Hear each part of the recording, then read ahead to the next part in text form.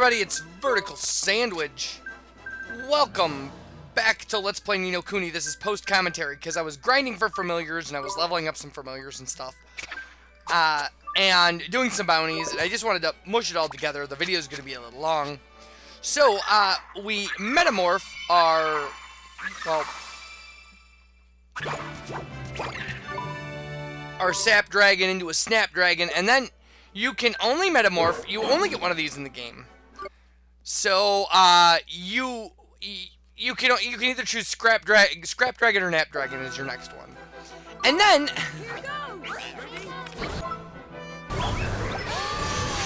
like I was on like Ugly Duckling Island. Is that it? Trying to catch a Toko. Because it's the only way you can see the opposite of Toko Gold. And I actually did it really quickly. They have a 2% chance to catch them. So you should have to fight 50, and they're hard to encounter. It was very strange. I show the actual end of the battle where I catch one. Because the minute I saw the hearts above it, I stopped. But, this island, just, to the northwest of Ding Dong Dell, in between Ding Dong Dell and Hamlin, this is where you would encounter them. And they will run, so, you know, you might actually be better off trying to get them in a random encounter from an enemy that won't run at you, because any basic familiar enemy will never run. So, if the mite is the sprite on the map, it will attack. I shouldn't say any basic familiar, because the like sweet pea sprites or whatever, they will run through. But you want to be on the island where you see a bunch of mites and Thumbledores or whatever, and there's also an after game bounty on these islands, so we're gonna go get that.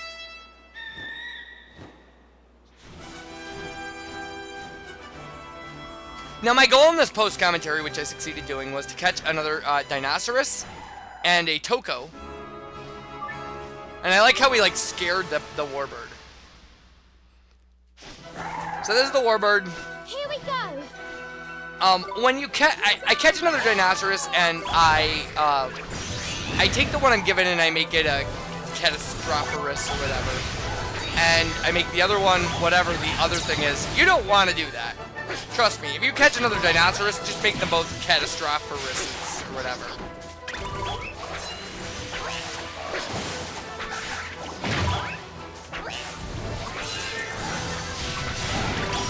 You can see the non-Catastropherus version you can see in the Ivory Tower and get it into your creature compendium. But they're less useful. The Catastropheruses, whatever they are called, develop a skill called Boulder. That is ridiculous. It's ridiculous. It hits enemies for 1,000 points of damage.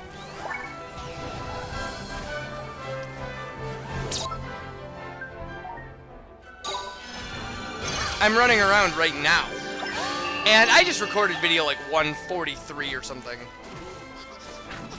And right now when I'm running around in the Ivory Tower grinding up familiars to fill up the creature compendium. And I'm just one-shotting everything with my Catastropheruses, using Ear Splitter. Any kind of item grind that doesn't involve stealing, you can just do that way with those things. They're so overpowered. But there are some things to fill in the creature compendium. You have to do some really crazy stuff. You have to buy 2 gold tin men from the casino and 2 idlers. And one of those costs like 99,999 tokens, which is the equivalent of 500,000 guilders. If you want to buy everything you need from the casino to get everything you can in the game, what you have to do, you seriously have to have $1.5 million. Or the world's luckiest run at blackjack. Like, I don't...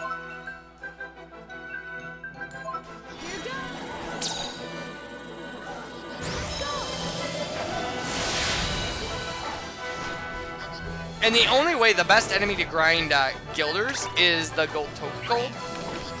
And the gold Toko Gold gives you 10,000.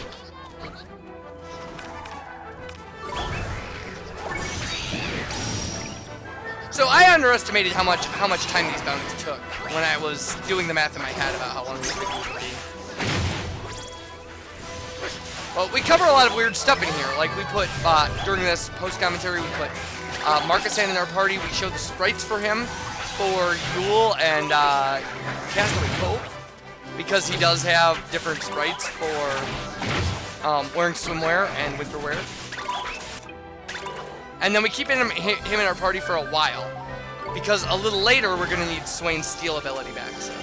And you'll never take Esther out of your party. You would never do that, because she's the only one who can catch familiars.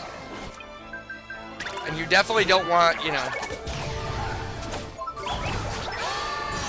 you definitely don't want her not in your party when the one in 1,000 chance that you would, you know, be able to catch like a Toko would come up or something. Or even during a regular grind, very recently, I caught a gold Toko, which cannot be an easy familiar to catch. Which means I'm also gonna have to catch a gold Toko, which you catch in the Vault of Tears, apparently.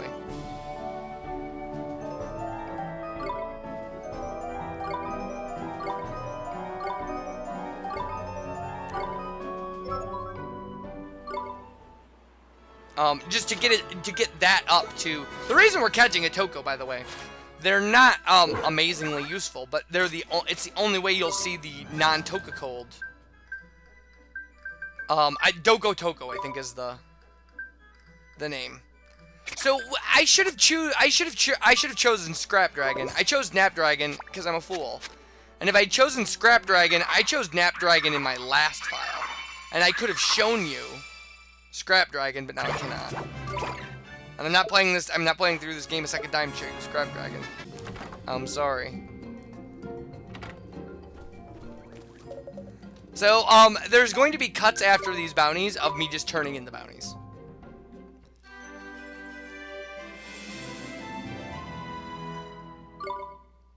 We're not gonna run I don't have enough time to run continuous videos of the travel. I mean, I just warp back and walk in the building, but it's still time you don't want to spend.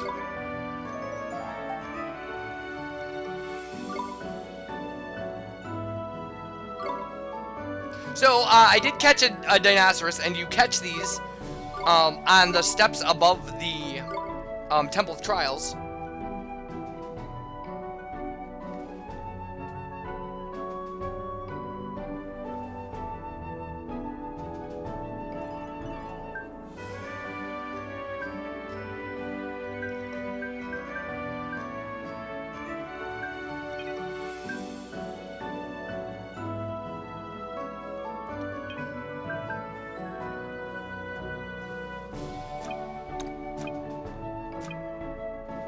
I don't know if I spelled this name right, but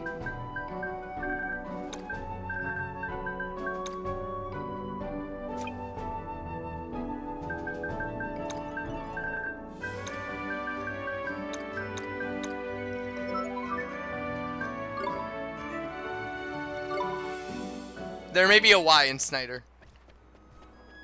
So this is where you catch them, right up here. There's several places. It's usually quite a grind. In my previous file, I fought a lot of them. So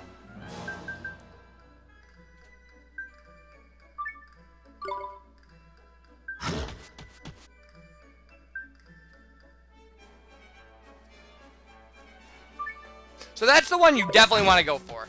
This is definitely going to be your powerhouse right here.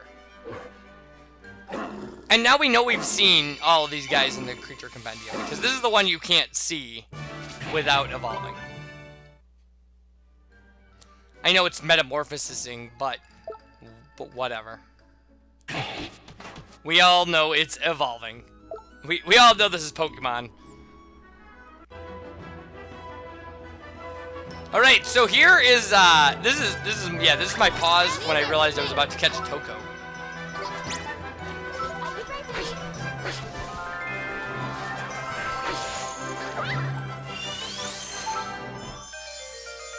Now, Tokos are incredibly high experience monsters, and it also takes an incredible amount of experience to level them up. They do, they metamorph at a very low level. It's a gift. You'll never have to grind them more than like level 5, but grinding one to level 5 is pretty hard. So we're gonna switch these in. We go and we actually switch in the other Dinosaurus, and we switch in the Toko.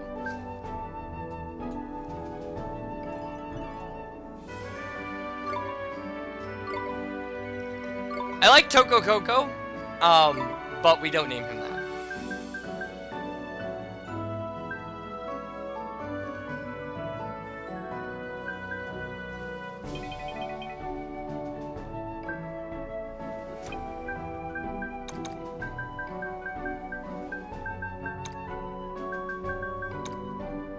His name is now Taquito.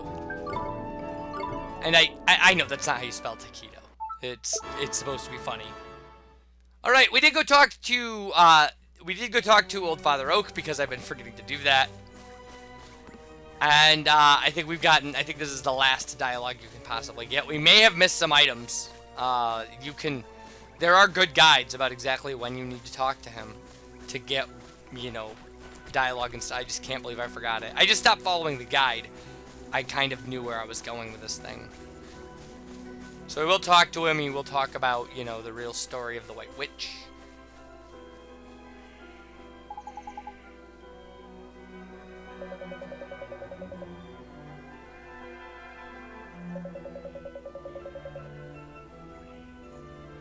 But he won't give us anything. This is just the last dialogue. Really, when it comes down to it, it's the things like the pages, from the Wizard's Companion that you really need to get from him. Some of the items he gives you later are pretty great, but...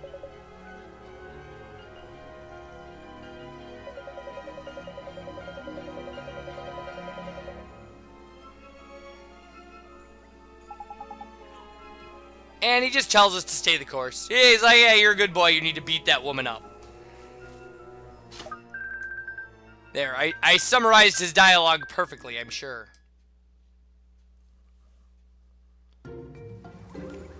Alright! This is Castaway Cove. With Marcus added our party. We can see his sprite on the Friends and Familiars page. He looks like this. It makes him look like a very young boy. Now, he can equip, he comes with the Imperial Scepter, which is I think the second best item that is possible for him. Everything else is a downgrade. The only thing that is an upgrade for him is the last wand in the game. He can equip anything Oliver could equip as far as weapons go. And the last wand in the game is an upgrade for him, and it's actually a magic attack downgrade for Oliver, so I think I end up giving it to him. It really depends on what you want to focus on. I don't remember what the last wand is called. Skytree wand or something like that. So now we'll go to Yule, and we'll see his Yule sprite.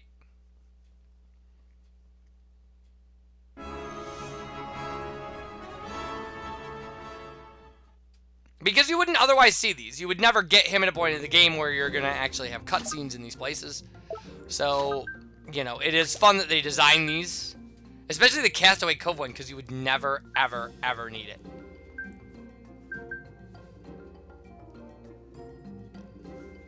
So, there you go. That's what his snow outfit looks like. It's good to know that he's warm when we're in cold places.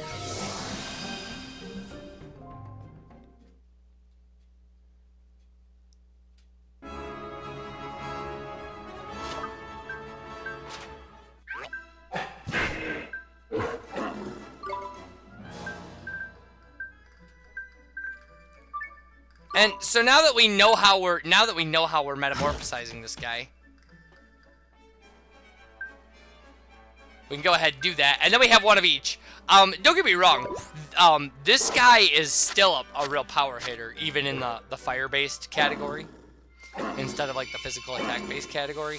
He's still got ridiculous stats for attacking. He's a tank,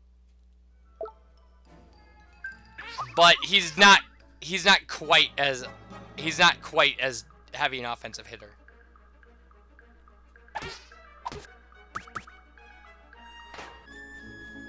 I think I ended up not having the drops to metamorph. No, that can't be right. I had to have had the drops.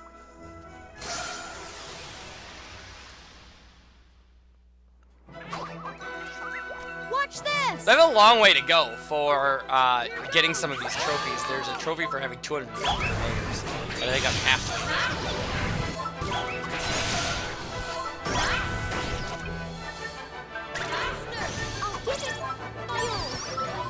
And frankly, I don't know how I'm going to accomplish that goal. It's going to be a lot of.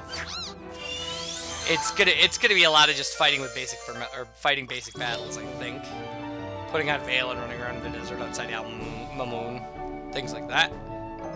Because I can't really. At this point, the people you're seeing right now and the familiars and stuff. Like, the people are, have maxed out their levels. At least Esther and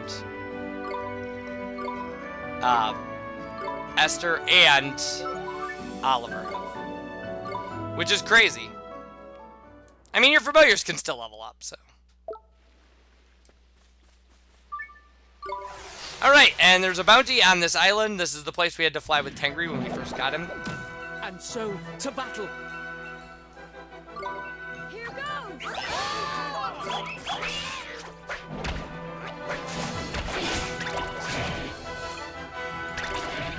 And one of the things I found out, for this guy anyway, and this guy is one of the rare occasions where, like, Mornstar is going to hurt him. But we can actually do about half that damage with Thunderstorm, because he's storm weak, and Thunderstorm has like no warm up. I mean, it's like instant cast. It's far easier. The animation is a pain.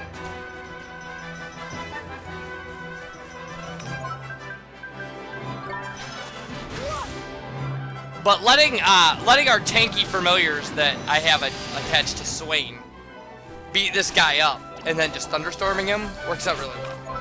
We're gonna use this strategy a little later for a couple of the rift bosses and stuff. Well, one of them.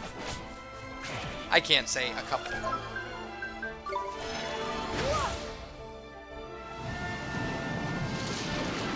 But getting these like Dinoceroses and stuff is really really helped us out in the Coliseum, things like that. I still have not beaten S-Rank Coliseum. I will say that. I will give you that. I haven't done that yet, and I'm 12 videos ahead of this one. I've beaten A-Rank. I mean, we're to the point now where I have all the bounties and errands done in the after game, except the Alchemist, because he's ridiculous.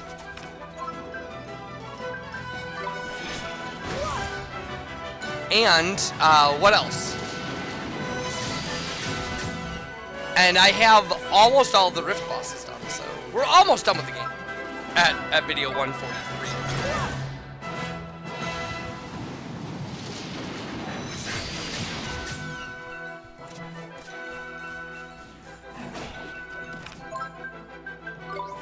Although again, I don't know about some of these things. 100% completion of the Creature Compendium is pretty rough. 100% completion of the Wizard's Companion should not be hard.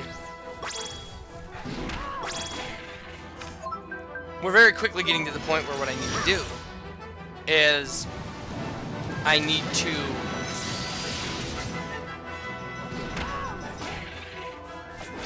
wait. What was I going to say? I don't remember what I was going to say about what I need to do. It's post-commentary and I can't remember.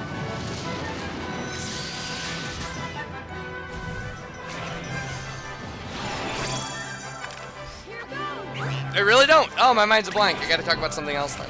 So this guy's not incredibly hard. He's really not. He's no Incredible Hulk.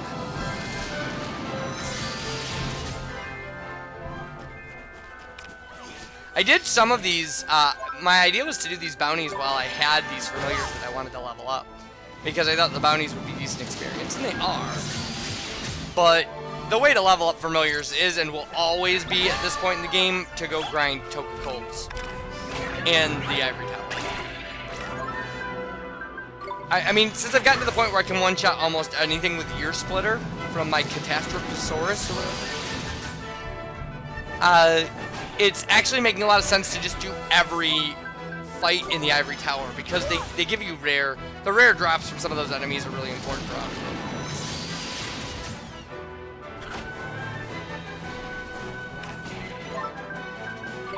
That's how I ended up catching a Toko Gold. But there will be talk of these things later. We're gonna talk about grinding techniques and things like that a little bit later. I think I did 2 videos on grinding techniques.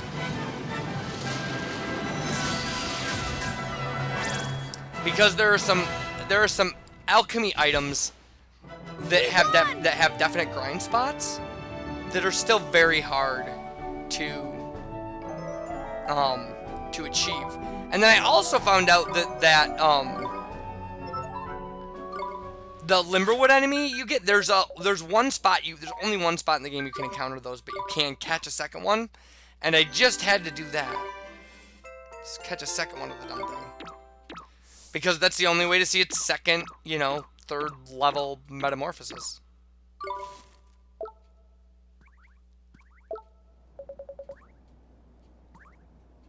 So we still have bounties to do. I'm gonna, I think the video after this, I think I take care of those. But I had to look them up, I didn't know where they were. And so we pick up, the reduces the amount of magical power for abilities, which means that the last ability that we'll have is the heal while walking one, because that's dumb. It's such a really, really dumb ability. So, there's a bounty we're going to do next video, that turtle up on the cliff. But, running around this set of islands to the, well, there it is. But it's to the northeast of Hamlin. There is a bounty.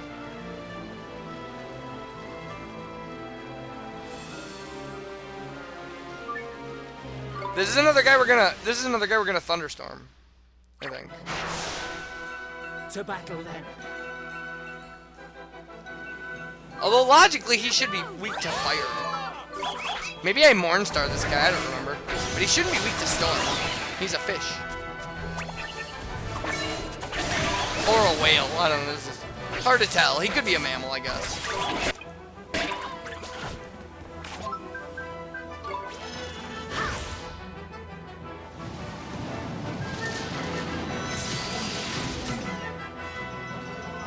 Yeah, 144 is not great. At this stage in the game, that's lame damage. Although my Dinosaurus is punching for 84, so it's better than that. At this point in the game, at some points he's punching for 600 points of damage, depending on if the enemy's weak to physical or not.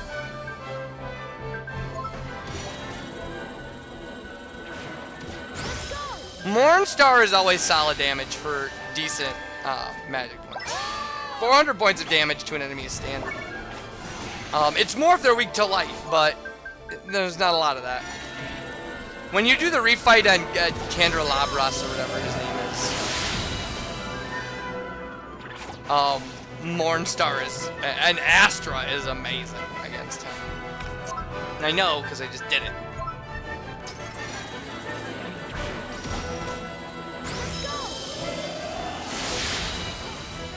I mean, this after game is a super grind. Don't get me. It's a ridiculous grind. If you want to do everything, if you want to do things like 100% the creature compendium, you're in real trouble. Or the alchemy. There's things in alchemy you never think of doing. Like you would never ever, there's, you get the best set of claws you can pick up in the game, and there's probably like 3 or 4 sets of claws that are more powerful. But they're like an alchemy step, right? So you have to make one, and then you make the next, and then the ingredients get harder to find and rarer. And you would never go through that, but you have to do something like 75% of alchemy recipes to get the trophy.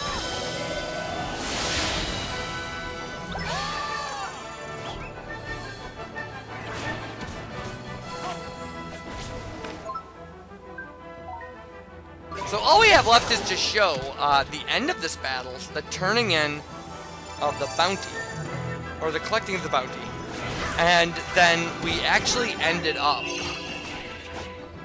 evolving the Toko, the Toko, or is it Toko?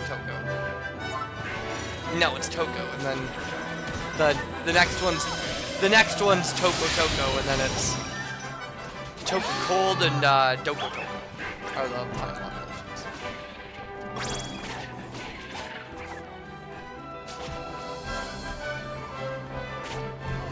Which, by the way, there's 300 standard familiars. That's the thing you should know.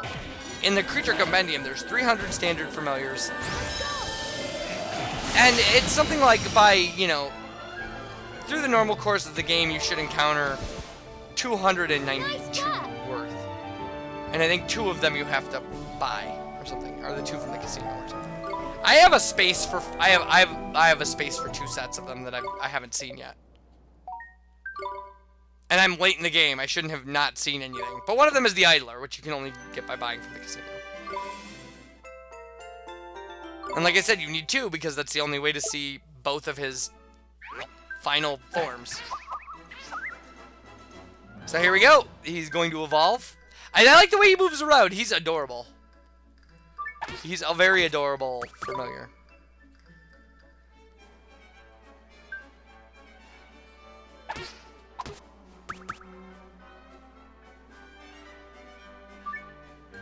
Yeah, I just let him go because I like how much I like his animation so much.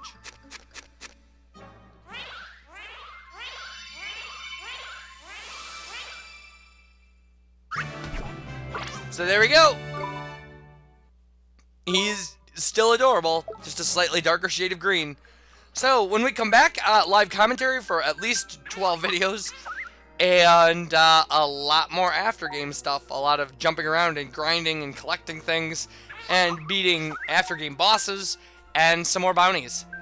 And I will see you guys for that. And thanks for watching. Bye, everybody.